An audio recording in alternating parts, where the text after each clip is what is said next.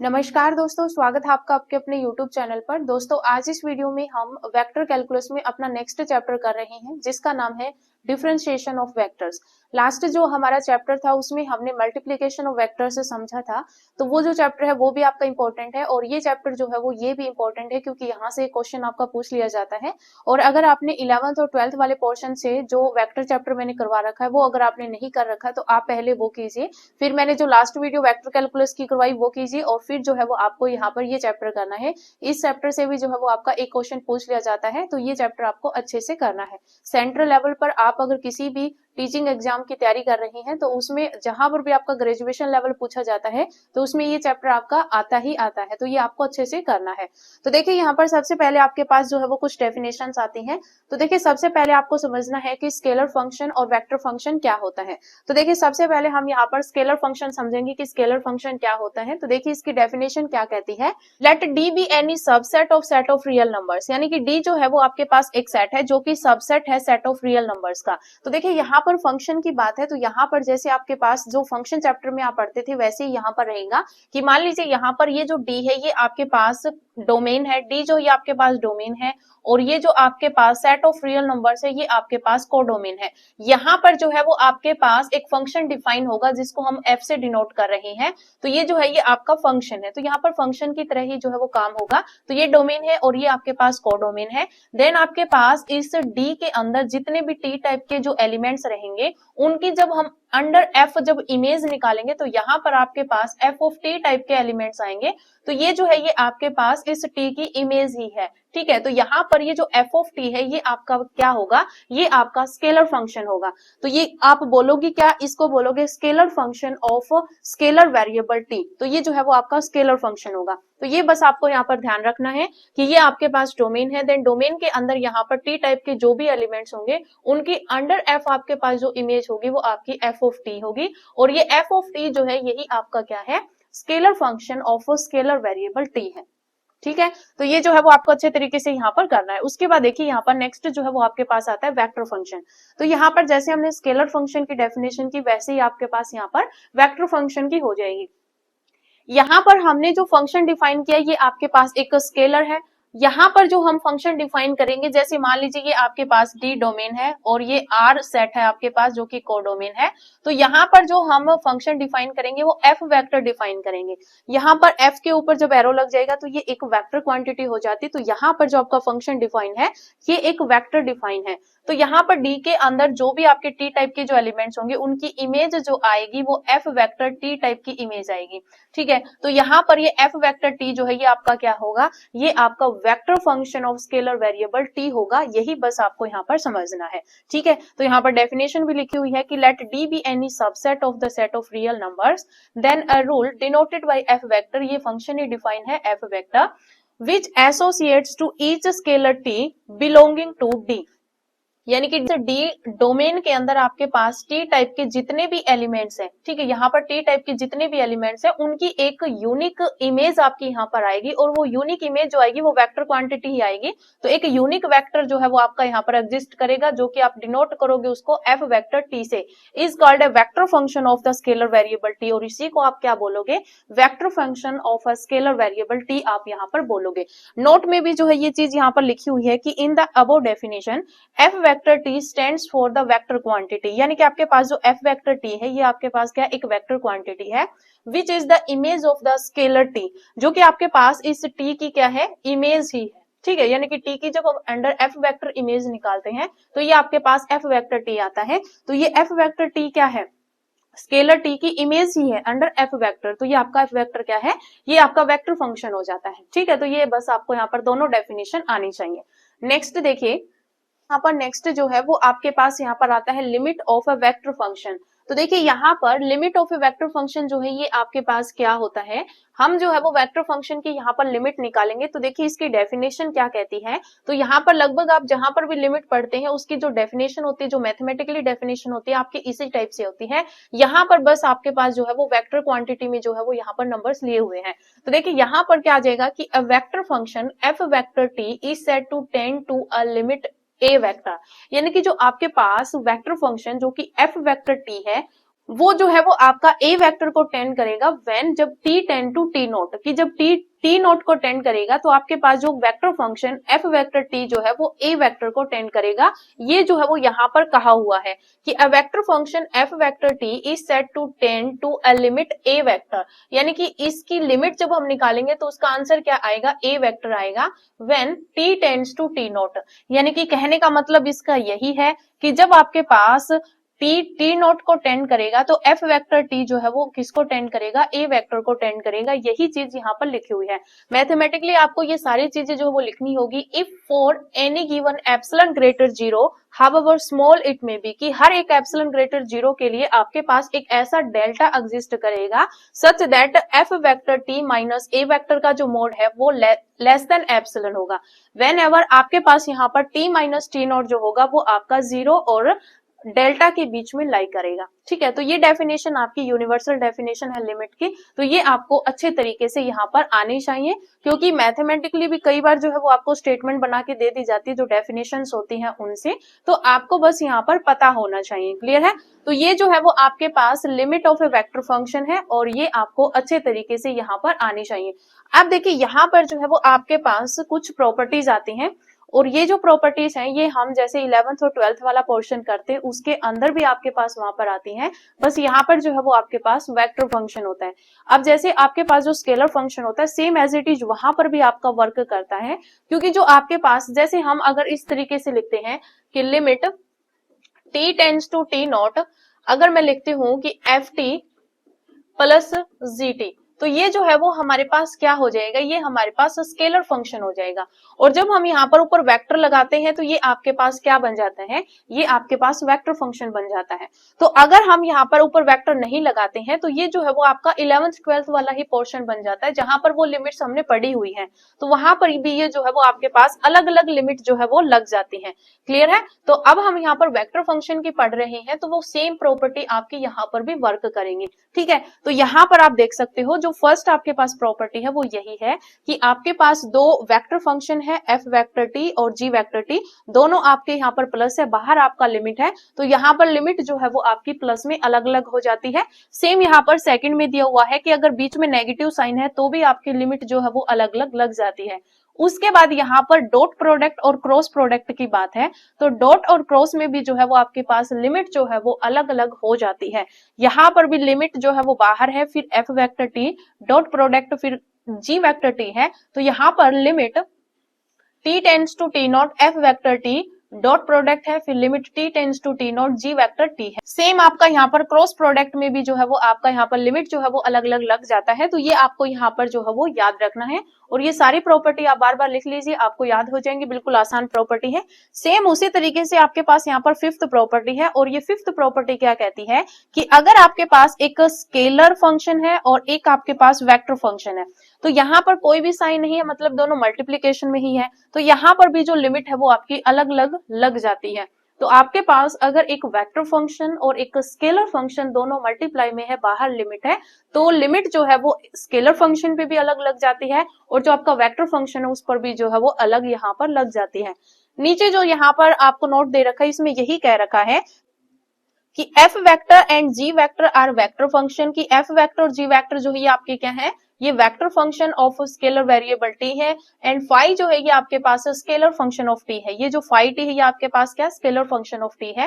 Then यहाँ पर दिया हुआ है कि ये जो डॉट है ये आपका डॉट प्रोडक्ट को रिप्रेजेंट कर रहा है और ये मल्टीप्लीकेशन जो ये आपकी क्रॉस प्रोडक्ट को यहाँ पर डिनोट कर रही है। बस यही चीज जो है वो यहाँ पर बताई हुई है। अब देखिए मेन जो है वो आपके पास यहाँ पर ये सिक्स्थ प्रॉपर्टी है, क्योंकि इससे जो है वो आपके क्वेश्चन पूछ ले जाते हैं।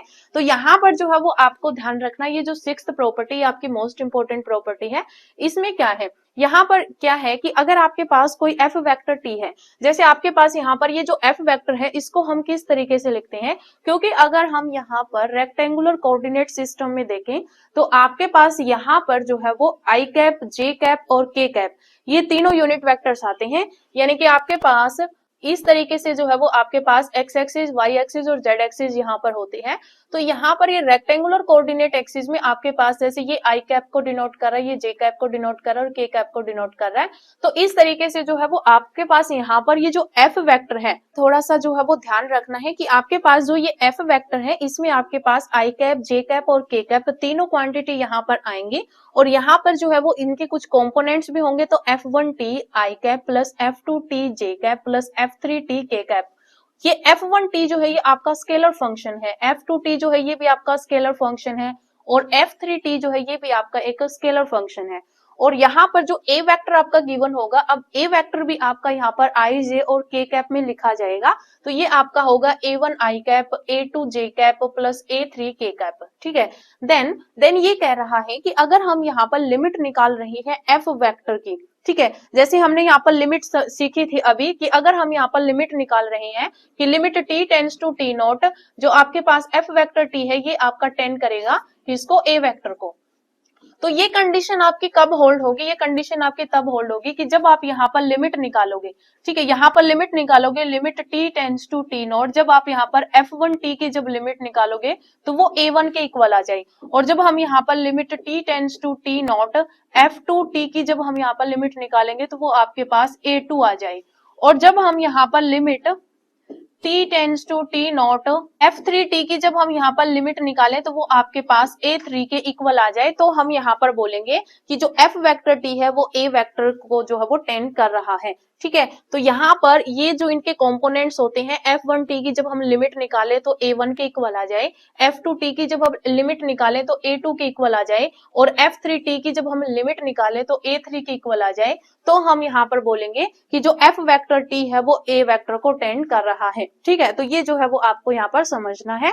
तो वहां पर जो आपका f वेक्टर t जो है वो आपका a वेक्टर को टेंड करेगा when t tends to t naught. ठीक है, उसके बाद देखिए यहाँ पर नेक्स्ट जो आपके पास आता है वो आता है आपके पास continuity of a vector function. तो continuity of a vector function क्या होता है, इसकी डेफिनेशन देख लीजिए। तो देखिए यहाँ पर जो है वो मैं आपको बिल्कुल सिंपल वे से समझा देती हूँ कि कंटिन्यूटी क्या होती है। तो देखिए कंटिन्यूटी निकालने के लिए आप क्या करोगे कि मान लीजिए आपके पास एक वेक्टर फंक्शन f वेक्टर है, उस f वेक्टर को हम कब बोलेंगे कि ये t equals to t naught पर आपका फंक्शन कॉन्टिन्यूअस है। हम तब बोलेंगे जब आपके पास f वेक्टर यानी कि जो आपको f वेक्टर गिवन है उस पर वो जो जिस पॉइंट पर हमें कंटिन्यूटी चेक करनी है वो पॉइंट हम वहां पर रखेंगे तो वो आपका एग्जिस्ट कर जाए। देन जब हम limit t tends to t naught f vector निकाले तो वो जो वैल्यू आपकी यानी कि जो लिमिट की जो वैल्यू आएगी वो आपकी क्या आ जाए, f वेक्टर t नॉट आ जाए। ठीक है, तो यही जो है वो आपके पास डेफिनेशन होती है कि a vector function f vector is said to be continuous at t equals to t naught. यानी कि आपके पास जो ये वेक्टर फंक्शन है इसको हम कॉन्टिन्यूअस बोलेंगे t equals to t naught पर इफ अगर आपके पास f वेक्टर t नॉट जो है वो आपका डिफाइन हो जाए एंड जब हम यहाँ पर f वेक्टर t की लिमिट निकालेंगे t tends to t naught पर तो वो आपका यहाँ पर f वेक्टर t नॉट के इक्वल आ जाए, तो हमारे पास जो फंक्शन है वो क्या हो जाएगा, जो वेक्टर फंक्शन है वो आपका कॉन्टिन्यूअस हो जाएगा। ठीक है, किस पर, t is equals to t naught पर। क्लियर है, तो ये आपके पास कॉन्टिन्यूटी की जो है वो डेफिनेशन थी। अब देखिए यहाँ पर जो है वो आपका नोट लिखा हुआ है, ये नोट भी आपका इंपॉर्टेंट है। तो देखिए नोट क्या कहता है, पर ये नोट क्या कहता है कि a vector function f vector t is said to be continuous, कि हम एक vector function f vector t को कॉन्टिन्यूअस कब बोलेंगे, if it is continuous for every value of t, यानी कि t की हर एक वैल्यू पर अगर वो फंक्शन आपका क्या हो जाए, कॉन्टिन्यूअस हो जाए, तो हम बोलेंगे कि यहाँ पर जो f वेक्टर t है ये आपका क्या है, कॉन्टिन्यूअस फंक्शन है। ठीक है, तो ये बस आपके यहाँ पर जो है वो ये नोट जो है आपको यहाँ पर याद रखना है, स्टेटमेंट के थ्रू जो है वो पूछा जा सकता है। अब यहाँ पर नेक्स्ट जो है वो आपके पास है थ्योरम ऑफ कंटिन्यूटी। तो थ्योरम ऑफ कंटिन्यूटी जो है वो आपको क्या कहती है, उससे पहले देखिए यहाँ पर जो मैंने आपको ये डेफिनेशन करवाई, यहाँ पर आपके पास जो है वो एप्सिलॉन ग्रेटर 0 पर जैसे हम निकालते हैं जो हमारी मैथमेटिकली जो लिमिट की मैंने आपको यहाँ पर डेफिनेशन करवाई, वैसे ही आपके पास कंटिन्यूटी में भी जो है वो एक डेफिनेशन होती है। जब हम यहाँ पर यही सेम करते हैं कि t is equals to t naught पर हम एक वेक्टर फंक्शन को कॉन्टिन्यूअस कब बोलेंगे, फॉर एप्सिलॉन ग्रेटर 0 के लिए। ठीक है, कि हर एक एप्सिलॉन ग्रेटर 0 के लिए आपके पास एक ऐसा डेल्टा एग्जिस्ट करेगा, डेल्टा ग्रेटर 0, सच दैट वहां पर जो है वो आपके पास क्या हो जाएगा, वहां पर होगा कि f वेक्टर t माइनस में f वेक्टर t नोट का जो मोड है वो आपके पास क्या आ जाएगा, वो आपके पास लेस देन एप्सिलॉन आ जाएगा, t नॉट ये लेस देन एप्सिलॉन हो जाएगा वेन एवर, जहां पर जो है वो आपके पास whenever t minus t naught का जो मोड है वो आपके पास लेस देन क्या होगा, डेल्टा होगा। टी माइनस टी नॉट जो है उसका जो मोड है वो लेस देन डेल्टा होगा। तो ये जो है वो आपकी अनदर डेफिनेशन जो है वो आपकी होती है। आपको एग्जैक्ट तो यही ध्यान रखना है, लेकिन ये भी जो है वो आपको मैथमेटिकली याद रखनी है क्योंकि स्टेटमेंट बन सकती है, ठीक है। तो ये जो है वो आपको ध्यान रखना है। उसके बाद देखिए यहाँ पर ये जो आपके पास थ्योरम है कंटिन्यूटी पर, ये थ्योरम आपकी इंपॉर्टेंट है क्योंकि क्वेश्चन जब बनते हैं तो यही से हम सॉल्व करते हैं, ठीक है। तो ये क्या कहता है कि अगर आपके पास एफ वेक्टर टी, क्योंकि मैंने आपको बताया कि जब हम रिप्रेजेंट करते हैं रेक्टेंगुलर कोऑर्डिनेट सिस्टम के अंदर तो हम एफ वेक्टर को इस तरीके से रिप्रेजेंट करते हैं, f1t I cap plus f2t J cap plus f3t K cap. Then F vector T is continuous, तो एफ वेक्टर टी जो है उसको हम कॉन्टिन्यूअस बोलेंगे। यहाँ पर इफ एंड ओनली इफ की कंडीशन है, ठीक है। इस तरीके से भी जो है वो हम इफ एंड ओनली इफ को लिखते हैं। तो यहाँ पर एफ वेक्टर को हम क्या बोलेंगे कि कॉन्टिन्यूअस है। ये जो एफ वेक्टर है जो कि हम यहाँ पर आई जे के कैप के अंदर लिखते हैं, तो ये जो है वो आपके पास कॉन्टिन्यूअस होगा इफ एंड ओनली इफ अगर आपके पास ये जो स्केलर फंक्शन है, जैसे f1t आपका एक स्केलर फंक्शन है, f2t आपका स्केलर फंक्शन है, f3t जो है ये भी आपका स्केलर फंक्शन है। तो अगर आपके ये जो स्केलर फंक्शन है ये अगर कॉन्टिन्यूअस हो जाते हैं, ठीक है, ये आपके अलग से जो है वो कॉन्टिन्यूअस हो जाते हैं कि f1t f2t f3t जो है ये अगर आपके पास कॉन्टिन्यूअस है तो हम बोलेंगे कि यहाँ पर f वेक्टर t जो है ये आपका क्या होगा, कॉन्टिन्यूअस होगा। इफ एंड ओनली इफ की कंडीशन में क्या होता है कि अगर आपके पास f वेक्टर t कॉन्टिन्यूअस है तो इसका मतलब f1t भी कॉन्टिन्यूअस है, f2t कॉन्टिन्यूअस है, f3t कॉन्टिन्यूअस है। और अगर आपके पास f1t f2t f3t जो है ये अगर कॉन्टिन्यूअस है तो आपके पास f वेक्टर t जो होगा ये आपका कॉन्टिन्यूअस होगा। तो इफ एंड ओनली इफ की कंडीशन में यहाँ पर दोनों साइड जो है वो बातें चलती हैं। तो अगर ये आपके पास स्केलर फंक्शंस कॉन्टिन्यूअस है तो आपके पास ये वेक्टर फंक्शन कॉन्टिन्यूअस होगा, और अगर ये वेक्टर फंक्शन आपको कॉन्टिन्यूअस दे रखा है तो ये जो स्केलर फंक्शन है ये भी आपके क्या होंगे, कॉन्टिन्यूअस होंगे, ठीक है। तो ये चीज आपको यहाँ पर नोट करनी है। उसके बाद देखिए यहाँ पर नेक्स्ट जो आपके पास टॉपिक आता है वो आता है derivative of a vector function with respect to scalar, यानी कि स्केलर के रिस्पेक्ट में आप वेक्टर फंक्शन का किस तरीके से डेरिवेटिव करेंगे, ये चीज यहाँ पर दी हुई है। तो देखिए आपको इन जनरल याद रखना है कि जहां पर आपके पास आर वेक्टर लिखा हुआ होता है तो ये आपका और कुछ नहीं, ये एफ वेक्टर टी ही होता है, ठीक है। तो एफ वेक्टर टी को हम यहाँ पर आर वेक्टर लिखते हैं। तो यहाँ पर जो है वो आपको एक चीज समझनी है कि जो डेल आर वेक्टर जो होता है ये आपका स्मॉल चेंज होता है आर वेक्टर में, जैसे आपका डेल टी वेक्टर जो होता है ये आपका स्मॉल चेंज होता है टी के अंदर।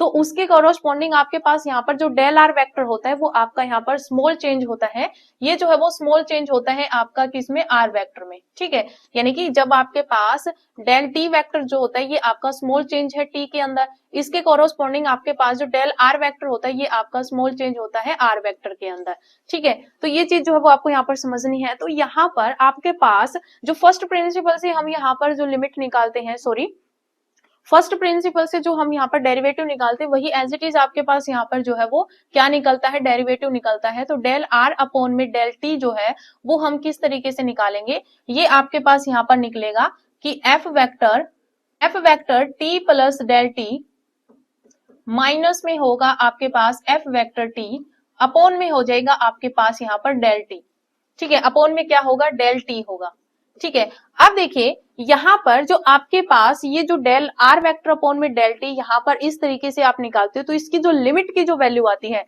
यानी कि limit del T tends to 0, तो यहाँ पर आ जाएगा limit del T tends to 0, यहाँ पर F vector T plus del T minus में एफ वेक्टर टी अपॉन में del t.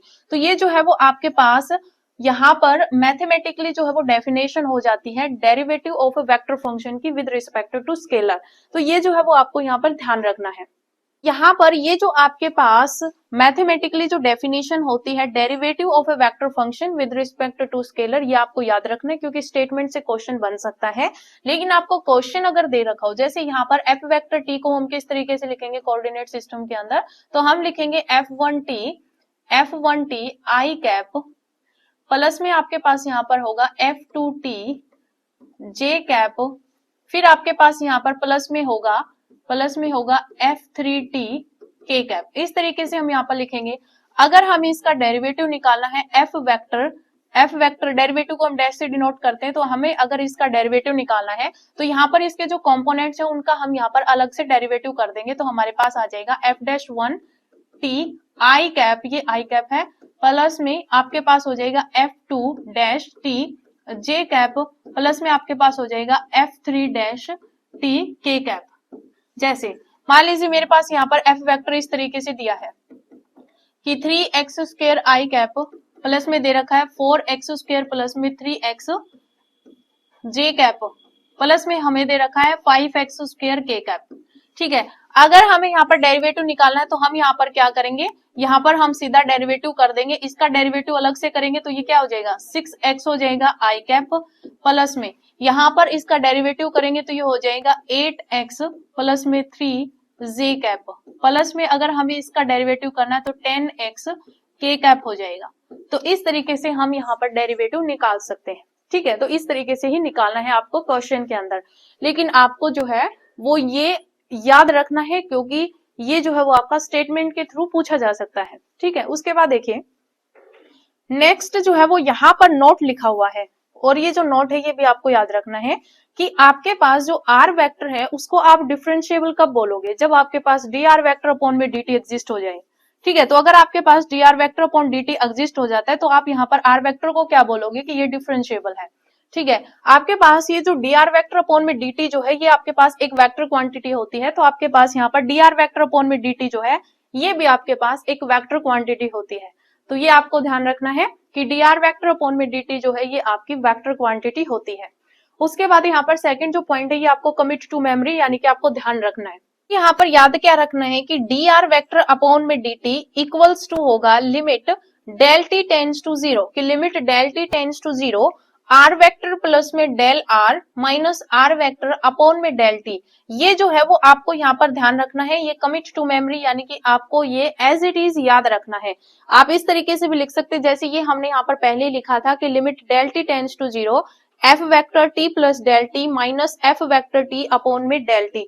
F vector t को ही हम क्या लिखते हैं, एफ वेक्टर टी को ही हम जो है वो आर वेक्टर के इक्वल लेके चलते हैं, तो यहाँ पर ये आर वेक्टर ही है। अब डेल टी जो है ये इसकी जगह आपके पास यहाँ पर डेल आर आ गया और टी की जगह पर जो है वो आपका यहाँ पर आर वेक्टर आ गया, क्योंकि यहाँ पर जो है वो आपके पास बाहर एफ वेक्टर लिखा हुआ है, यहाँ पर ये अंदर ही लिख दिया कि आर वेक्टर प्लस में डेल आर। तो बस आपको यहाँ पर थोड़ा सा रिलेशन बना के याद करना है, बाकी ये दोनों चीजें जो है वो इक्वल ही होती हैं, तो आपको एज इट इज ये याद रखना है। और आप अगर ये एज इट इज याद रखोगे तो स्टेटमेंट पूछी जा सकती है, तो आपके लिए यहाँ पर बेनिफिट रहेगा। उसके बाद देखिए नेक्स्ट जो है वो आपके पास यहाँ पर थ्योरम है, और ये थ्योरम मैंने आपको अभी यहाँ पर समझाई है वही है कि मैंने जो एग्जाम्पल लिया था कि अगर आपके पास जो एफ वेक्टर टी होता है उसको हम यहाँ पर इस तरीके से लिखते हैं। ठीक है, इस तरीके से जो हम लेके चलते हैं, तो यहाँ पर हम जब इसका डेरिवेटिव निकालेंगे एफ वेक्टर टी का, जब हम डेरिवेटिव निकालेंगे तो फर्स्ट प्रिंसिपल से तो आपको यहाँ पर इस तरीके से याद रखना है। ठीक है, तो यहाँ पर जो है वो आपको अलग अलग ये कह रखा है, ये जो थ्योरम है ये कहती है कि अगर आपके पास एफ वेक्टर टी को अगर आप ये बोल रहे हो कि ये आपका डिफरेंशिएबल फंक्शन है, तो अगर हम इसका डेरिवेटिव निकालना है तो हम यहाँ पर इनका अलग अलग जो है वो डेरिवेटिव निकालेंगे फर्स्ट प्रिंसिपल से। ठीक है, ये इफ एंड ओनली इफ की कंडीशन में जो है वो वर्क करता है कि अगर आपके पास ये सारे डिफरेंशिएबल है तो ये आपके पास वेक्टर फंक्शन जो डिफरेंशिएबल होगा, और अगर वेक्टर फंक्शन आपका डिफरेंशिएबल है तो यहाँ पर ये जो स्केलर फंक्शन है ये भी आपके क्या होंगे, डिफरेंशिएबल होंगे। ठीक है, तो यहाँ पर जो है वो आपके पास जैसे यहाँ पर F I T plus del T लिखा हुआ, इसका मतलब यहाँ पर जो है वो आपके पास क्या होगा, यहाँ पर होगा F one T plus del T minus में एफ वन टी अपॉन में होगा यहाँ पर डेल टी। इसकी जो वैल्यू है वो आपके पास यहाँ पर जब हम एफ वन डैश टी यानी कि जब हम इस f1 का डेरिवेटिव करेंगे फर्स्ट प्रिंसिपल से, फिर हम यहाँ पर इस 2 का डेरिवेटिव करेंगे फर्स्ट प्रिंसिपल से, फिर हम यहाँ पर 3 का करेंगे फर्स्ट प्रिंसिपल से, तो यहाँ पर जो है वो आपके पास जब हम सभी का यहाँ पर क्या करेंगे, डेरिवेटिव करेंगे, तो आपके पास यहाँ पर f वेक्टर t जो है इसका डेरिवेटिव हो जाएगा। लेकिन आपको ऐसा नहीं करना है, जब क्वेश्चन आएगा हम यहाँ पर इनका सीधा ही डेरिवेटिव करेंगे जैसे नॉर्मल हम डेरिवेटिव करते हैं। ठीक है, हम फर्स्ट प्रिंसिपल नहीं लगाएंगे, हम सीधा यहाँ पर करेंगे। तो यहाँ पर क्या हो जाएगा कि f vector dash t is equals to में हो जाएगा एफ डैश वन टी आई cap F two dash T जे cap plus F three dash T के कैप। तो हम यहाँ पर जो है वो अलग अलग डेरिवेटिव करेंगे जो स्केलर फंक्शन है उनका, तो आपके पास वेक्टर का जो वेक्टर फंक्शन उसका डेरिवेटिव हो जाएगा। ठीक है, तो ये थ्योरम जो है वो आपको एज इट इज याद रखनी है। बाकी आपको क्वेश्चन दिया हुआ होगा, तो मैंने आपको लास्ट जो है वो क्वेश्चन करवाया था, जैसे यहाँ पर ये क्वेश्चन मैंने आपको बताया है, इस तरीके से हम यहाँ पर डेरिवेटिव करेंगे। ठीक है, उसके बाद देखिए नेक्स्ट जो है वो आपके पास यहाँ पर आता है सक्सेसिव डेरिवेटिव। सक्सेसिव डेरिवेटिव क्या होता है आपके पास, जैसे हम यहाँ पर एफ वेक्टर डैश टी लिख रहे हैं तो ये आपका फर्स्ट डेरिवेटिव होगा, ठीक है, ये जो है ये आपका फर्स्ट डेरिवेटिव होता है। सेकंड जब हम करेंगे तो यहाँ पर डबल आ जाएगा, ठीक है, ये आपका सेकंड हो गया। थर्ड करेंगे तो हमारे पास एफ वेक्टर 3 बार यहाँ पर डैश हो जाएगा टी, ये आपका थर्ड टाइम हो जाएगा, ठीक है। इस तरीके से यहाँ पर जो है वो एफ वेक्टर एन टी हो जाएगा, यानी कि एन टाइम हो जाएगा, ठीक है। तो इस तरीके से आपके पास यहाँ पर जो है वो डेरिवेटिव होता है। अगर आप इस तरीके से लिखते हो डी आर वेक्टर अपॉन में डी टी, ये आपका फर्स्ट हो गया, ठीक है। डबल करोगे तो D square are vector upon में डी टी स्क्वायर हो जाएगा, सेकंड हो गया। इस तरीके से D N R vector upon में डी टी एन हो जाएगा, nth टाइम तक आपका यहाँ पर डेरिवेटिव हो जाएगा, ठीक है। तो इस तरीके से जो है वो आपका यहाँ पर ये सक्सेसिव डेरिवेटिव होता है। उसके बाद देखिए यहाँ पर नेक्स्ट जो है वो आपके पास प्रॉपर्टीज आती हैं। ये जो प्रॉपर्टीज है ये भी आपको याद रखनी है कि यहाँ पर प्रॉपर्टीज क्या कहती हैं। यहाँ पर यही लिखा हुआ है कि एफ वेक्टर, जी वेक्टर और एच वेक्टर जो है ये आपके पास वेक्टर फंक्शन है, vector function of scalar T and phi जो है वो आपके पास डिफरेंशिएबल फंक्शन है। यहाँ पर आगे जो है वो फाई आपका होगा, यहाँ पर 3 ही लिखी हुई है। तो पहले हम यही 3 प्रॉपर्टी जो है वो देख लेते हैं। फर्स्ट प्रॉपर्टी क्या कहती है कि अगर आपके पास 2 वेक्टर फंक्शन जो है वो प्लस में है और उनका अगर हमें डेरिवेटिव करना है तो यहाँ पर जो है वो आपका अलग अलग डेरिवेटिव हो जाएगा। तो यहाँ पर डी एफ वेक्टर अपॉन में D T plus D G vector upon में डी टी, यानी कि दोनों प्लस में है तो अलग अलग डेरिवेटिव यहाँ पर हो जाएगा। उसके बाद देखिए यहाँ पर सेकंड जो है वो आपके पास यहाँ पर है कि D upon d T f vector dot G vector, यानी कि ये जो है वो आपके पास यहाँ पर डॉट प्रोडक्ट की यहाँ पर बात हो रही है। तो जैसे हम डेरिवेटिव में u इंटू वी का फॉर्मूला लगाते हैं वही सेम आपका यहाँ पर लगेगा, लेकिन आपको इतना ध्यान रखना है। देखिए वैसे तो जो डॉट प्रोडक्ट होती है आपकी एक स्केलर क्वांटिटी होती है, तो यहाँ पर आप जो है वो एक्सचेंज कर सकते हैं, आगे पीछे जो है वो टर्म्स को लिख सकते हैं, लेकिन क्रॉस प्रोडक्ट में आपका ऐसा नहीं होता है। तो मैं यहाँ पर यही कहूंगी कि आप जो है वो सेम ही याद रखें। जैसे यहाँ पर जो है वो पहले हम एफ वेक्टर को जो है वो फर्स्ट फंक्शन मान के चलेंगे, तो एफ वेक्टर हम आगे लिखेंगे और फिर जो है वो हम यहाँ पर जी का जो है वो डेरिवेटिव कर देंगे। तो यहाँ पर हो जाएगा डी जी वेक्टर अपॉन में डी टी। फिर यहाँ पर प्लस में जो है वो हम क्या करेंगे, यहाँ पर जो जी वेक्टर है इसमें इसको जो है वो हम यहाँ पर एज इट इज रखेंगे और एफ का यहाँ पर डेरिवेटिव करेंगे। तो पहले जो एफ लिखा हुआ है इसी को जो है वो हम यहाँ पर डेरिवेटिव के साथ लिखेंगे। तो डी एफ वेक्टर अपॉन में डी टी डॉट यहाँ पर जो है वो जी वेक्टर हो जाएगा, यानी कि इनके जो प्लेसेस है वो आपको यहाँ पर चेंज नहीं करने हैं, ठीक है। ये तो जो है वो आगे पीछे लिखा गया क्योंकि ये जो है वो आपके पास एक स्केलर क्वांटिटी होती है, तो हम इनको आगे पीछे यहाँ पर लिख सकते हैं, लेकिन आपको एज इट इज इस तरीके से जो है वो याद रखना है, ठीक है। तो ये जो है वो आपके पास डॉट प्रोडक्ट इस तरीके से काम करता है। सेम एज इट इज आपके पास क्रॉस प्रोडक्ट होगी, तो आपका जो u इंटू वी का जो फॉर्मूला लगता है डेरिवेटिव के अंदर वही आपका यहाँ पर लगता है, लेकिन जो क्रॉस प्रोडक्ट है उसमें आपका क्या होता है कि जैसे हमने यहाँ पर फर्स्ट एफ फंक्शन किसको माना, एफ वेक्टर को, तो फर्स्ट फंक्शन और सेकंड का डेरिवेटिव, तो यहाँ पर एफ वेक्टर फिर क्रॉस आया डी जी वेक्टर अपॉन में डी टी प्लस में फिर हम यहाँ पर जो है वो जो फर्स्ट इसका डेरिवेटिव करेंगे सेकंड एज इट इज, तो हम यहाँ पर सेकंड को बाद में ही लिखेंगे। तो पहले हम डी एफ वेक्टर अपॉन में डी टी क्रॉस में जी वेक्टर करेंगे, यानी कि पहले स्थान पर एफ है तो अगर हम इसका डेरिवेटिव कर रहे हैं तो हम यहाँ पर पहले स्थान पर ही रखेंगे। अगर हम इसको एज इट इज रख रहे हैं तो अगर ये पहले नंबर पे है तो हम इसको पहले नंबर पर ही रखेंगे, ठीक है। तो ये चीज जो है वो आपको यहाँ पर ध्यान रखनी है। बाकी जैसे हम डेरिवेटिव में u इंटू वी लगाते हैं तो प्लस आता है बीच में, तो यहाँ पर जो है वो दोनों में प्लस आएगा, ठीक है, ये आपको याद रखना है। उसके बाद देखिए यहाँ पर जो फोर्थ प्रॉपर्टी है, ये फोर्थ प्रॉपर्टी क्या कहती है, ये आपके पास जो है वो स्केलर फंक्शन है और ये आपके पास यहाँ पर वेक्टर फंक्शन है। तो यहाँ पर वही u इंटू वी लगेगा, तो हम पहले फाई को फर्स्ट फंक्शन मान रहे हैं, तो ये पहले नंबर पे है तो हम पहले नंबर पर ही इसको लिख रहे हैं। फिर हम यहाँ पर जो है वो एफ वेक्टर का डेरिवेटिव कर रहे हैं, फिर प्लस में यहाँ पर जो है वो एफ वेक्टर आपका एज इट इज रहेगा क्योंकि पहले जो है वो हमने इसका डेरिवेटिव कर दिया, तो ये दूसरे नंबर पे है तो हम इसको यहाँ पर दूसरे नंबर पर ही रखेंगे। तो डी फाई अपॉन में डी टी फर्स्ट नंबर पे है तो इसका डेरिवेटिव हमने फर्स्ट नंबर पे ही किया है, ठीक है। तो यहाँ पर प्लेसेस का जो है वो आपको थोड़ा सा ध्यान रखना है। उसके बाद देखिए यहाँ पर फिफ्थ ये कह रहा है कि आपके पास यहाँ पर जो है ये एफ वेक्टर, जी वेक्टर और एच वेक्टर ये स्केलर ट्रिपल प्रोडक्ट है, ठीक है। मैंने आपको यहाँ पर बताया था कि स्केलर ट्रिपल प्रोडक्ट क्या होती है। आपके पास जैसे ए वेक्टर, बी वेक्टर और सी वेक्टर, ये हमारे पास कॉम्पैक्ट फॉर्म होती है स्केलर ट्रिपल प्रोडक्ट की।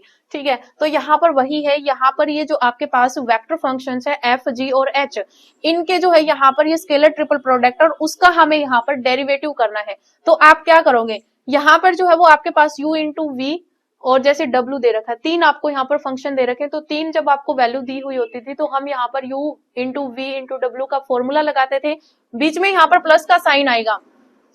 लेकिन आपको यहाँ पर इतना ध्यान रखना है कि यहाँ पर हम इन दोनों को एज इट इज रख रहे हैं, फर्स्ट का डेरिवेटिव कर रहे हैं तो हम इसी प्लेस पर इसको लिखेंगे। तो डी एफ वैक्टर अपॉन में डी टी, जी और एच आपका एज इट इज आ जाएगा। फिर प्लस में यहाँ पर एफ वैक्टर अपने ही नंबर पे रहेगा, हम जी का डेरिवेटिव कर रहे हैं तो उसी के स्थान पर हम करेंगे सेकंड नंबर पे ही। तो डी जी वैक्टर अपॉन में डी टी, फिर एच वैक्टर, फिर f vector, g vector, d h vector upon में डी टी आ जाएगा। ठीक है, इस तरीके से हम यहाँ पर करेंगे। तो ये किसको रिप्रेजेंट कर रहा है, ये डिनोट कर रहा है आपका स्केलर ट्रिपल प्रोडक्ट को। फिर आपके पास यहाँ पर जो है वो ये वेक्टर मल्टीप्लीकेशन है। अब यहाँ पर जो है वो वेक्टर ट्रिपल प्रोडक्ट में जो है वो वही सेम आपका एज इट इज रहेगा। हम यहाँ पर पहले एफ का जो है वो डेरिवेटिव करेंगे, तो डी एफ वैक्टर अपॉन में डी टी, क्रॉस प्रोडक्ट आएगा, फिर जी क्रॉस एच आएगा, फिर प्लस का साइन आएगा, फिर एफ वेक्टर क्रॉस में, फिर हम यहाँ पर जो है वो सेकंड का डेरिवेटिव कर रहे हैं तो डी जी वेक्टर अपॉन में डी टी, मल्टीप्लीकेशन यानी कि आपके क्रॉस प्रोडक्ट इंटू एच है। फिर हम यहाँ पर फर्स्ट को एज इट इज रख रहे हैं, सेकंड को भी एज इट इज रख रहे हैं और थर्ड का कर रहे हैं, तो हम इस तरीके से लिखेंगे। ठीक है, यहाँ पर जो है ये दो एक जगह पर लिखे हुए हैं, तो यहाँ पर ये ब्रेकेट जो है वो इन्हीं के साथ जो है वो आ रही है। तो इस तरीके से जो है वो आपको यहाँ पर स्केलर ट्रिपल प्रोडक्ट में डेरिवेटिव करना है और यहाँ पर वेक्टर ट्रिपल प्रोडक्ट में भी आपको इस तरीके से डेरिवेटिव करना है। तो ये जो है वो आपको याद रखना है। उसके बाद देखिए यहाँ पर नेक्स्ट जो है वो आपके पास यहाँ पर है derivative of function of function. तो यहाँ पर हम डेरिवेटिव किस तरीके से निकालेंगे, तो मान लीजिए आपके पास आर वेक्टर जो है वो आपके पास एक डिफरेंशिएबल फंक्शन है स्केलर एस का, यानी कि आर जो है वो एस का फंक्शन है और एस जो है वो आपका यहाँ पर अनदर स्केलर टी का फंक्शन है। तो हम यहाँ पर डेरिवेटिव किस तरीके से करेंगे, यानी कि अगर हमें यहाँ पर डेल आर वेक्टर अपॉन में डेल टी निकालना है तो हम पहले क्या करेंगे, ये हो जाएगा पहले हम आर का एस के रिस्पेक्ट करेंगे, ठीक है, डेल एस, और फिर जो है वो हम डेल एस का जो है वो डेरिवेटिव करेंगे। इस तरीके से लिख देती हूँ मैं एस को, डेल एस अपॉन में यहाँ पर क्या आ जाएगा, डेल टी आ जाएगा।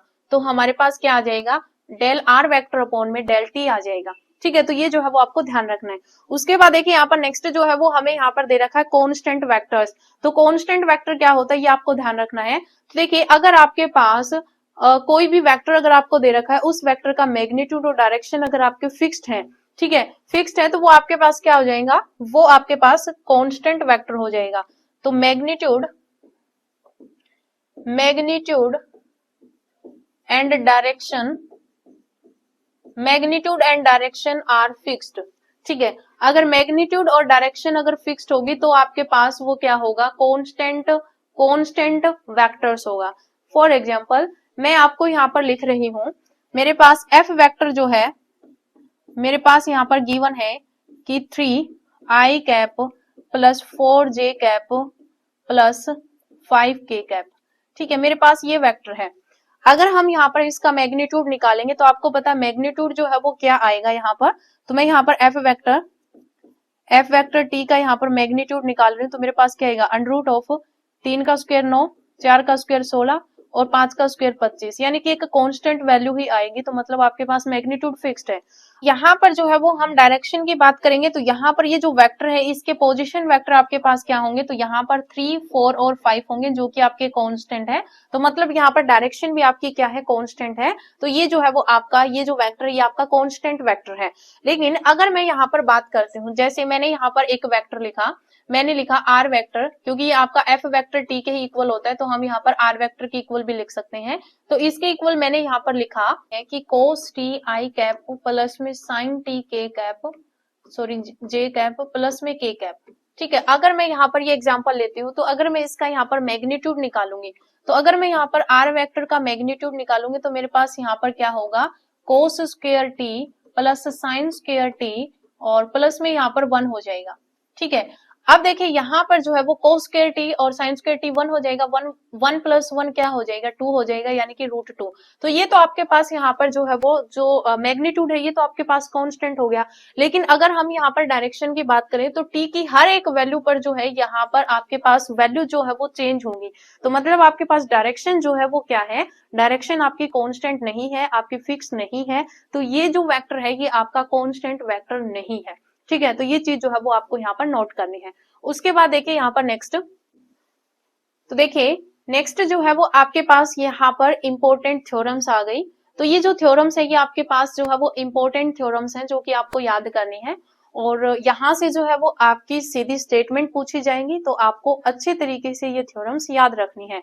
तो देखिए फर्स्ट थ्योरम यहाँ पर क्या कहती है, फर्स्ट थ्योरम ये कहती है कि the necessary and sufficient condition. अब यहाँ पर आपको नेसेसरी एंड सफिशिएंट कंडीशन जो है वो आपको यहाँ पर ध्यान नहीं रखना है, आपको यहाँ पर इफ एंड ओनली इफ की कंडीशन में जाना है, क्योंकि यहाँ पर नेसेसरी एंड सफिशिएंट कंडीशन का मतलब ही आपके पास ये होता है कि इफ एंड ओनली इफ की कंडीशन में आपके पास ये थ्योरम है। तो आपको थ्योरम याद कैसे रखनी है कि the vector function F vector, कि जो vector function F vector of a scalar variable to be constant, कि अगर आपके पास कांस्टेंट आपको गिवन है तो उसका जो डेरिवेटिव हम करेंगे आपका क्या हो जाएगा, वो 0 हो जाएगा। यानी कि अगर आपको यहाँ पर मान लीजिए एफ वेक्टर जो है वो आपको कोई कांस्टेंट सी दे रखा है, ठीक है, तो हम इसका डेरिवेटिव करेंगे तो वो आपके पास क्या होगा, डेरिवेटिव करेंगे तो वो आपके पास 0 होगा। तो इफ एंड ओनली इफ की कंडीशन में यहाँ पर चलेगा कि अगर कांस्टेंट दे रखा है तो आपके पास डेरिवेटिव 0 होगा, और अगर डेरिवेटिव 0 है तो इसका मतलब आपके पास वहां पर एफ वेक्टर जो है वो कोई कांस्टेंट है। ठीक है, तो ये जो है वो आपको यहाँ पर ध्यान रखना है। ठीक है, उसके बाद देखिए यहाँ पर नेक्स्ट सेकंड थ्योरम। तो देखिए यहाँ पर सेकंड में भी वही आपके पास नेसेसरी एंड सफिशिएंट कंडीशन है, इसका मतलब यहाँ पर इफ एंड ओनली इफ की कंडीशन में आपके पास यहाँ पर ये चलेगा। ये क्या कहता है कि the vector function F vector of a scalar variable t to have a constant magnitude, यानी कि कांस्टेंट मैग्नीट्यूड अगर आपके पास होगा, कांस्टेंट मैग्नीट्यूड मैंने अभी आपको यहाँ पर बताया था कि आपके पास कांस्टेंट मैग्नीट्यूड क्या होता है। तो अगर मैग्नीट्यूड कांस्टेंट होगा तो वहां पर आपके पास जो डॉट प्रोडक्ट होगी उस एफ वेक्टर और उस एफ वेक्टर का डेरिवेटिव जो हम करेंगे वो आपके पास इक्वल्स टू 0 आएगा। तो यहाँ पर इफ एंड ओनली इफ की कंडीशन कैसे बनी कि अगर आपके पास ये कंडीशन अगर इक्वल्स टू 0 आ रही है तो आपके पास जो एफ वेक्टर जो होगा उसका जो यहाँ पर मैग्नीट्यूड जब हम निकालेंगे, यानी कि एफ वेक्टर का जो मैग्नीट्यूड निकालेंगे वो आपके पास कांस्टेंट आएगा। ठीक है, तो ये जो है वो आपको यहाँ पर ध्यान रखना है। अब एक चीज यहाँ से आपको नोट भी कर लेनी है, नेक्स्ट आपके पास यही प्रॉपर्टी होती है कि अगर आपके पास डॉट प्रोडक्ट 0 आ रही है, तो हमने 11th और 12th वाले पोर्शन में किया था कि अगर डॉट प्रोडक्ट आपकी 0 आ रही है ए वेक्टर और बी वेक्टर की, इसका मतलब ये दोनों परपेंडिकुलर होते हैं कि a vector perpendicular to b vector. तो यहाँ पर इनकी डॉट प्रोडक्ट 0 आ रही है, इसका मतलब F vector and D f vector upon में dt जो है ये परपेंडिकुलर है। ठीक है, तो ये जो है वो आपकी नेक्स्ट थ्योरम ही है।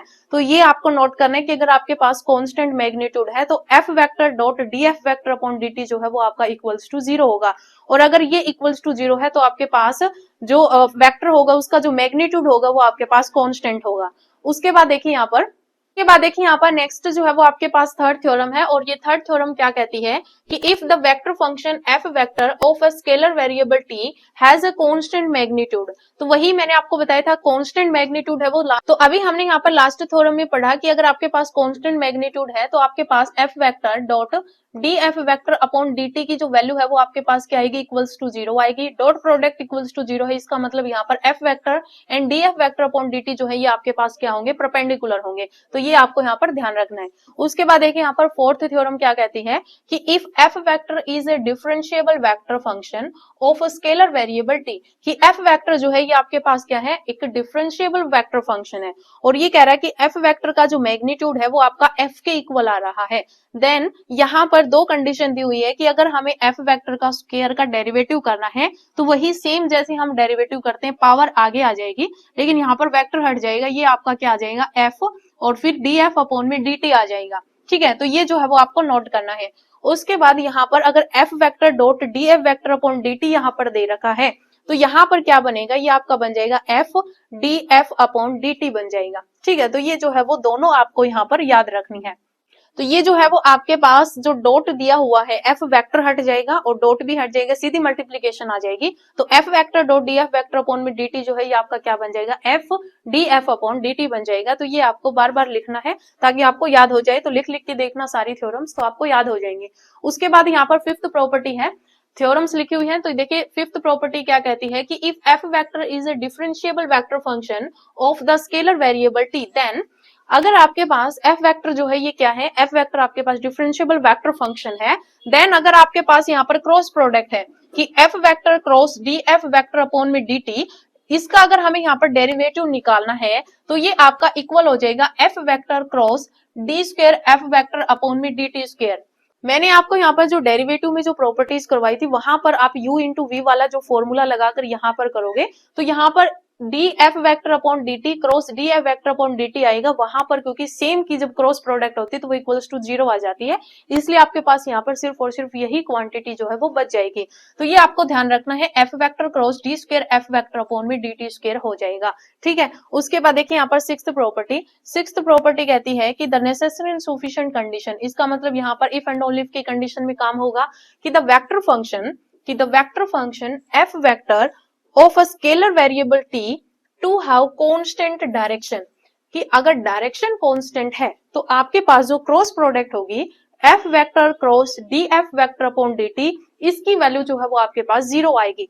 तो इफ एंड ओनली इफ की कंडीशन में है, तो मतलब अगर आपके पास F vector cross d f vector upon d t की वैल्यू 0 आ रही है तो इसका मतलब आपके पास जो वेक्टर फंक्शन है उसका जो डायरेक्शन है वो आपके पास क्या होगा, कांस्टेंट होगा। डायरेक्शन कांस्टेंट है तो ये वैल्यू इक्वल्स टू 0 आएगी। अगर ये वैल्यू इक्वल्स टू 0 है तो मतलब डायरेक्शन जो है वो आपका कांस्टेंट है। क्लियर है? अभी देखिए हमने यहाँ पर 3 इंपॉर्टेंट रिमार्क्स जो है वो यहाँ पर सीखे हैं। फर्स्ट हमने सीखा कि अगर एफ वेक्टर आपका कांस्टेंट है तो D f vector upon d T जो है वो इक्वल्स टू 0 होगा। अगर आपके पास एफ वेक्टर का कांस्टेंट मैग्नीट्यूड है तो F vector dot d f vector upon d T जो है वो इक्वल्स टू 0 आएगा। और अगर आपके पास एफ वेक्टर की डायरेक्शन कांस्टेंट है तो वहां पर जो है वो आपके पास जो क्रॉस प्रोडक्ट होगी F vector cross d f vector upon d T, उसकी वैल्यू जो है वो 0 आएगी। ये 3 रिमार्क्स जो है वो आपको यहाँ पर याद रखने हैं, मैंने लिख भी रखे हैं, ये आपको एज इट इज याद रखने हैं। फर्स्ट है कि if f vector is constant, कि अगर एफ वेक्टर कांस्टेंट होगा तो D f vector upon d t की वैल्यू 0 आएगी। उसके बाद सेकंड है कि अगर एफ वेक्टर का मैग्नीट्यूड जो है, मैग्नीट्यूड ऑफ एफ वेक्टर अगर कांस्टेंट है तो F vector dot d f vector upon d t की वैल्यू 0 आएगी। और अगर direction of vector F vector is constant, direction constant है तो जो क्रॉस प्रोडक्ट होगी इनकी वो इक्वल्स टू 0 आएगी। ठीक है, तो ये चीज जो है वो आपको यहाँ पर नोट करनी है। उसके बाद देखिए यहाँ पर नेक्स्ट, तो देखिए नेक्स्ट जो है वो यहाँ पर क्वेश्चन लिया हुआ है। तो देखिए इस क्वेश्चन को हम किस तरीके से सोल्व करेंगे। तो हमें यहाँ पर दे रखा आर वेक्टर, क्या दे रखा है, साइन टी आई कैप कोस टी जे कैप प्लस टी के कैप। हमें यहाँ पर डी आर वेक्टर अपॉन में डी टी निकालना है। तो हम यहाँ पर फर्स्ट पार्ट कर रहे हैं, तो D r vector upon d t निकालना है। तो मैंने यहाँ पर आपको बताया था डेरिवेटिव आपको कैसे करना है। यहाँ पर जो कंपोनेंट्स है उनका अलग अलग से डेरिवेटिव करना है। साइन टी का डेरिवेटिव क्या होता है, कोस टी होता है, आई कैप आ जाएगा, फिर यहाँ पर प्लस में कोस टी का डेरिवेटिव क्या होता है, माइनस साइन टी होता है और जे कैप आ जाएगा, और टी का यहाँ पर 1 हो जाएगा तो यहाँ पर सीधा के कैप आ जाएगा। तो फर्स्ट का आंसर आ गया। फिर यहाँ पर सेकंड पार्ट, हमें इसका डबल डेरिवेटिव करना है, यानी कि d square are vector upon में यहाँ पर डी टी स्क्वायर करना है। डबल डेरिवेटिव करो तो कोस का क्या होता है, कोस का डेरिवेटिव माइनस साइन टी होता है। ठीक है,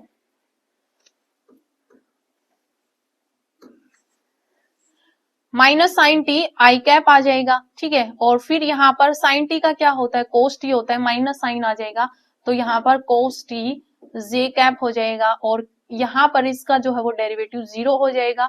ठीक है, तो यहाँ पर क्योंकि कांस्टेंट है तो ये 0 हो जाएगा। ओके, तो यहाँ पर आपके पास सिर्फ और सिर्फ ये वैल्यू जो है वो बच जाएगी। उसके बाद यहाँ पर हमें दे रखा है थर्ड पार्ट में कि डी आर वेक्टर अपॉन में डी टी का हमें मैग्नीट्यूड निकालना है। तो इसका हम यहाँ पर मैग्नीट्यूड निकालेंगे, तो डी आर वेक्टर अपॉन में डी टी का मैग्नीट्यूड निकालेंगे तो आपके पास आ जाएगा रूट ऑफ, यहाँ पर आपके पास कोस का जो है वो स्क्वायर होगा तो कोस स्क्वायर टी होगा, फिर प्लस में यहाँ पर माइनस साइन का स्क्वायर करोगे तो प्लस में यहाँ पर साइन स्क्वायर टी हो जाएगा, और के कैप का कोफिशिएंट 1 है तो यहाँ पर 1 आ जाएगा। ठीक है, तो यहाँ पर देखिए ये 1 और ये भी 1 तो आपके पास यहाँ पर रूट 2 बन जाएगा। अब हमें यहाँ पर नेक्स्ट में जो है वो d r square d square are vector upon में dt का जो है वो हमें यहाँ पर मैग्नीट्यूड निकालना है, तो D square are vector upon में dt स्क्वायर का हमें मैग्नीट्यूड निकालना है, तो हमारे पास क्या आ जाएगा, under root of sine square t plus cos square t, sine square t plus cos square t हो जाएगा।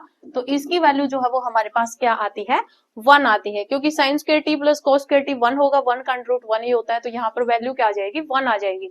तो इस तरीके से जो है वो क्वेश्चंस आपको करने होते हैं। नेक्स्ट देखिए कि यहाँ पर नेक्स्ट, तो देखिए नेक्स्ट जो है वो आपके पास यहाँ पर आता है, ये आपका इंपॉर्टेंट कॉन्सेप्ट है, ये कॉन्सेप्ट आपको ध्यान रखना है।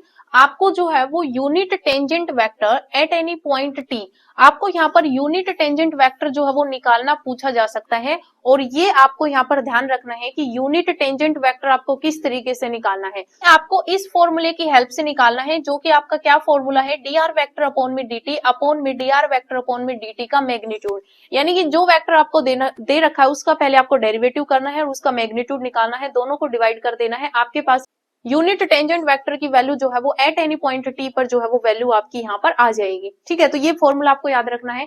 उसके बाद वेलोसिटी एंड एक्सेलरेशन जो है ये भी आपसे निकालना पूछा जा सकता है। तो सबसे पहले आपको पता होना चाहिए कि वेलोसिटी क्या होता है।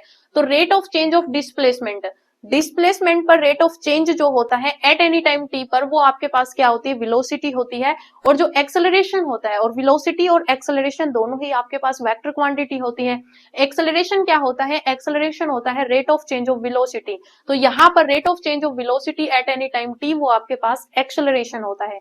आपको यहाँ पर ध्यान रखना है कि यहाँ पर जो आर वेक्टर होता है, ये आपका जो एक्स वाई जेड जो मूविंग पॉइंट्स होते हैं, उन्हीं को यहाँ पर जो है वो आई जे और के कैप में यहाँ पर लिखा हुआ होता है। तो ये एक्स टी आई कैप, वाई टी जे कैप प्लस जेड टी के कैप, ये जो फॉर्म है ये आपको यहाँ पर ध्यान रखनी है।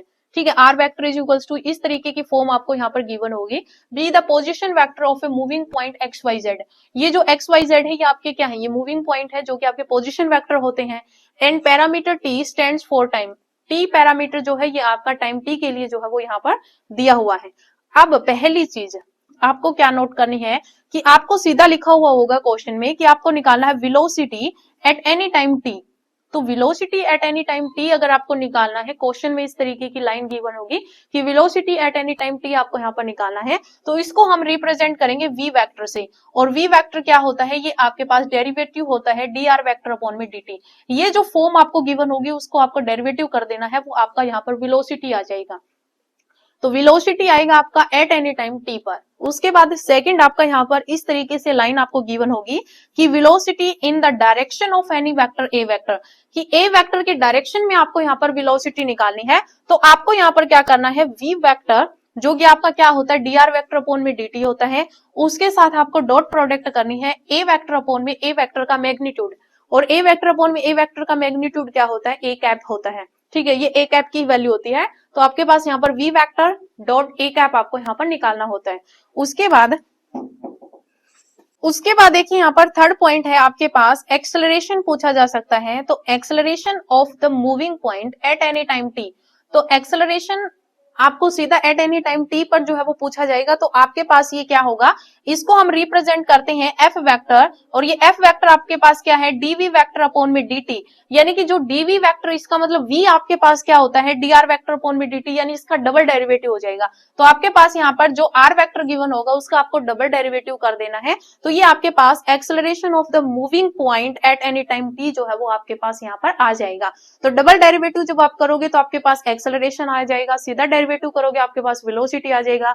और वेलोसिटी जब आपको डायरेक्शन ऑफ ए वेक्टर निकालना है तो आपको वी वेक्टर डॉट आपको ए वेक्टर अपॉन में ए वेक्टर का मैग्नीट्यूड करना है, और वी वेक्टर क्या होता है, डी आर वेक्टर अपॉन में डी होता है। ठीक है, तो ये जो वैल्यूज हैं ये आपसे सीधी क्वेश्चन में पूछी जा सकती हैं। उसके बाद यहाँ पर फोर्थ पॉइंट है, और ये फोर्थ पॉइंट जो ये भी आपका इंपॉर्टेंट है। इसमें क्या है कि आपको यहाँ पर पूछा जाएगा acceleration of the moving point at any time T in the direction of a vector.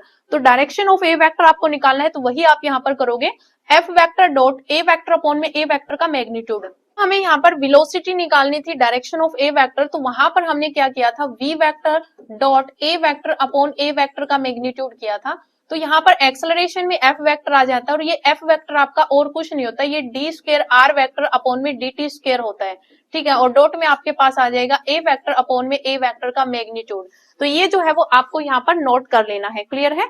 उसके बाद देखिए यहाँ पर नेक्स्ट जो है वो आपके पास क्वेश्चन यहाँ पर है, ये क्वेश्चन अब हम यहाँ पर करेंगे। तो देखिए इसका सॉल्यूशन क्या होगा, हमें दे रखा है कि find a unit tangent vector, हमें यहाँ पर सिर्फ और सिर्फ क्या निकालना है, यूनिट टेंजेंट वेक्टर निकालना है to any point on the curve.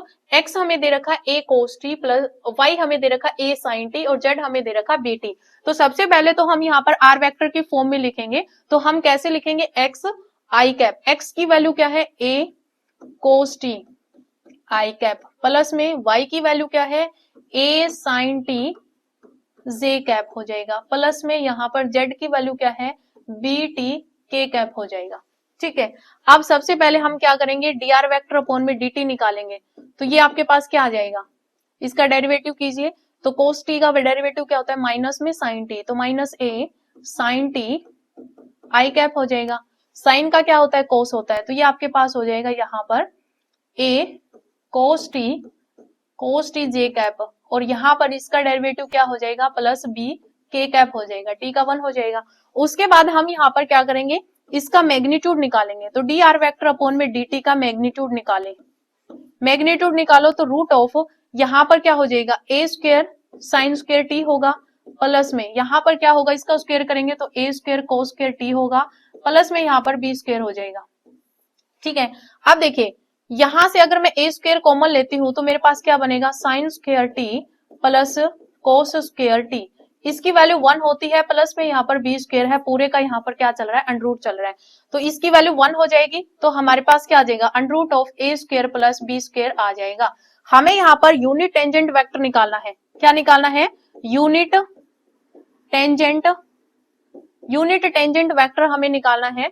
तो वो मैंने आपको यहाँ पर फॉर्मूला बताया था, क्या होता है, डी आर वेक्टर अपॉन में डी टी अपॉन में होता है डी आर वेक्टर अपॉन में डी टी का मैग्नीट्यूड।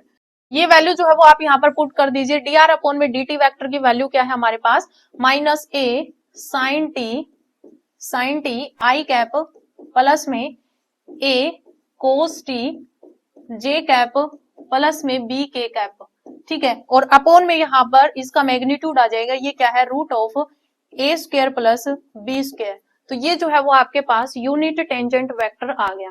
तो इस तरीके से जो है वो आपको यहाँ पर क्वेश्चंस करने हैं। तो ये जो है वो आपका यहाँ पर चैप्टर था डिफरेंशिएशन ऑफ वेक्टर्स का। तो अगर आज की वीडियो आपको पसंद आई हो तो प्लीज वीडियो को लाइक शेयर जरूर करना। आज इस वीडियो में इतना ही, मिलते हैं नई वीडियो के साथ, धन्यवाद।